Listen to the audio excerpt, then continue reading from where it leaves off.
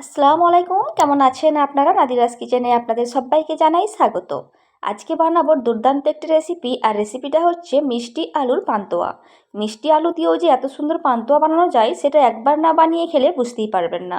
মাত্র 2 থেকে 3টি উপকরণে এই পান্তুয়াটা আমি বানিয়েছি, আর বানানো খুবই সোজা, যে কেউ একবার দেখলেই বানিয়ে নিতে পারবেন। কথা না বাড়িয়ে চলুন শুরু করি। প্রথমেই আমি নিয়ে নিয়েছি 500 গ্রাম মিষ্টি আলু। মিষ্টি আলুগুলোকে 2 টুকরো করে আমি একটা প্রেসার কুকারের মধ্যে দিয়ে দিচ্ছি। দিয়ে 4 থেকে 5টা সিটি দিয়ে সেদ্ধ করে নিচ্ছি। আপনারা যে কোনো পদ্ধতিতেই সেদ্ধ করে নিতে পারবেন। খুব ভালোভাবে সেদ্ধ করা হয়ে গেছে। এই অবস্থায় কিন্তু আলুগুলো অনেকটা গরম আছে, আমার হাতে সময়টা কম ছিল, সেই জন্য আমি খুব ভালোভাবে এই গরম অবস্থাতেই খোসাটা ছাড়িয়ে নিচ্ছি। আপনারা কিন্তু অবশ্যই আগে খুব ভালোভাবে ঠান্ডা করে নেবেন, তারপর খোসাটা ছাড়িয়ে নেবেন। খুব ভালোভাবে খোসাগুলি ছাড়ানো হয়ে গেছে, এইবার গ্রেট করে নিচ্ছি। চেষ্টা করবেন গ্রেট করে নেওয়ার, এতে করে কিন্তু কোনো দানাভাব থাকবে না। আর যদি ম্যাশ করে নেওয়া হয় সেই ক্ষেত্রে দানাভাব থাকলেও থাকতে পারে। সব আলুগুলিকে ম্যাশ করা হয়ে গেছে। আলুটা এই অবস্থায় গরম আছে, সেই জন্য একটা পাত্রের মধ্যে ছড়িয়ে দিয়েছি, দিয়ে একটু ঠান্ডা করে নিয়েছি। আর দিয়ে দিচ্ছি 1 চিমটা লবণ। দিয়ে খুব ভালোভাবে মিশিয়ে নিচ্ছি। খুব ভালোভাবে মেশানো হয়ে গেছে, তারপর দিয়ে দিচ্ছি এখানে 3 টেবিল চামচ ময়দা, এটা বাইন্ডিংয়ের কাজ করবে। 3 টেবিল চামচ দিয়ে দিচ্ছি পাউডার দুধ, এতে করে কিন্তু মিষ্টির টেস্টটা অনেক ভালো আসবে। এরপর দিয়ে দিচ্ছি 1/2 চা চামচ গাওয়া ঘি, এতে করে ফ্লেভারটা ভালো আসবে। দিয়ে সব কিছুকে খুব ভালোভাবে মেখে নিচ্ছি। এই মাখার সময় যদি আপনাদের এই ডোটা নরম মনে হয়, তাহলে সেই ক্ষেত্রে আপনারা ময়দার পরিমাণটা আরেকটু বাড়িয়েও দিতে পারেন, কোনো সমস্যা নেই। খুব ভালোভাবে মেখে নেওয়া হয়ে গেছে। এরপর 1/2 চা চামচ দিয়ে দিচ্ছি বেকিং সোডা। এখানে আমি বেকিং পাউডার না, বেকিং সোডা ব্যবহার করেছি। আপনারা চাইলে খাবার সোডাটাও ব্যবহার করতে পারবেন। দিয়ে আবারও খুব ভালোভাবে মেখে নিয়েছি।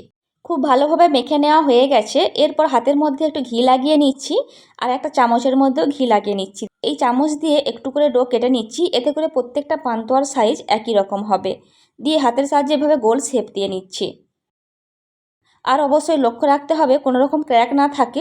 অবশ্যই একটু মসৃণ করেই এই বলগুলিকে তৈরি করতে হবে। আমার রেসিপি যদি আপনাদের ভালো লেগে থাকে, আপনারা ইউটিউব থেকে দেখে থাকলে আমার চ্যানেলটি সাবস্ক্রাইব করতে পারেন।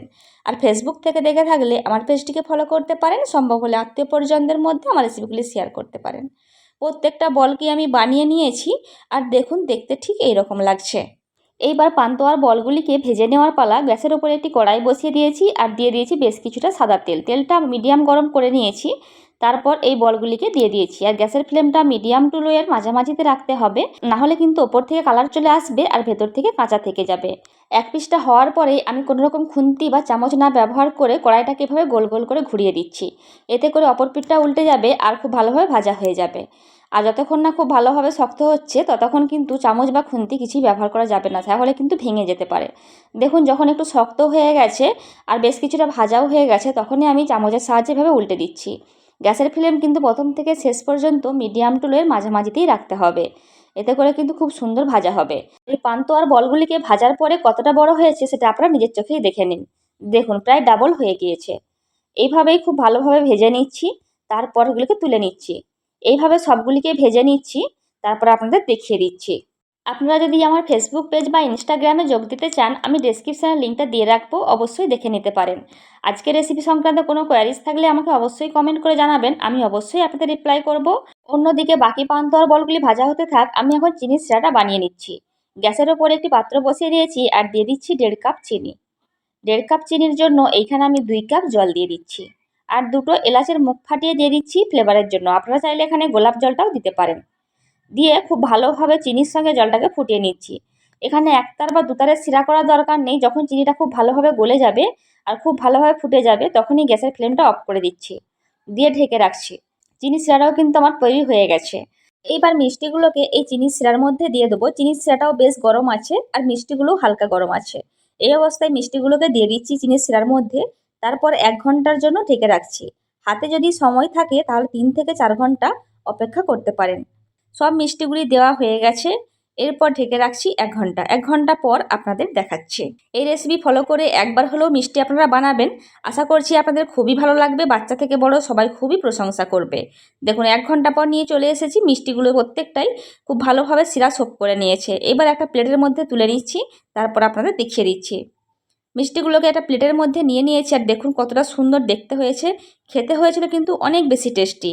এরপর ওপর থেকে একটু করে গার্নিশ করে দিচ্ছি। আপনারা আপনাদের পছন্দ মতো গার্নিশ করতে পারেন। আমি ওপর থেকে একটু করে সিলভার প্রলেপ দিয়ে দিচ্ছি, আর দিয়ে দিচ্ছি কিছুটা পেস্তা বাদাম কুচোনো। এটা সম্পূর্ণ অপশনাল, না দিলেও কোনো সমস্যা নেই, এমনিতেও এই মিষ্টিটা খেতে অনেক বেশি টেস্টি হয়। এই রেসিপি ফলো করে এই মিষ্টিটা একবার হলেও বানাবেন, তারপর আমাকে কমেন্ট করে জানাবেন রেসিপিটা আপনাদের কেমন লেগেছে। ভালো লাগলে অবশ্যই একটি লাইক দেবেন। আরও নতুন কিছু রেসিপি দেখতে চাইলে সেটাও আমাকে কমেন্ট করে জানাবেন, আমি অবশ্যই চেষ্টা করব আপনাদের বানিয়ে দেখানোর। মিষ্টিটা গার্নিশ করার পর দেখুন দেখতে কতটা সুন্দর লাগছে, খেতে হয়েছিল কিন্তু অনেক বেশি টেস্টি। এবার এখান থেকে একটা মিষ্টি আমি আপনাদের কেটে দেখিয়ে দিচ্ছি। মিষ্টিটা এতটাই সফট এবং জুসি হয়েছে যে চামচ ঠেকানো মাত্রই কিন্তু মিষ্টিটা কেটে যাচ্ছে। হয়তো আপনারা দেখে কিছুটা বুঝতেও পারছেন। আর দেখুন ভেতর থেকে কতটা জুসি আর কতটা সফট হয়েছে। বাড়িতে অবশ্যই এই রেসিপিটা একবার হলেও বানাবেন। ভিডিওটা এখানেই শেষ করছি। ভালো থাকবেন সবাই, আমাদের দোয়া করবেন, আমার রেসিপিগুলি দেখবেন। খোদা হাফেজ।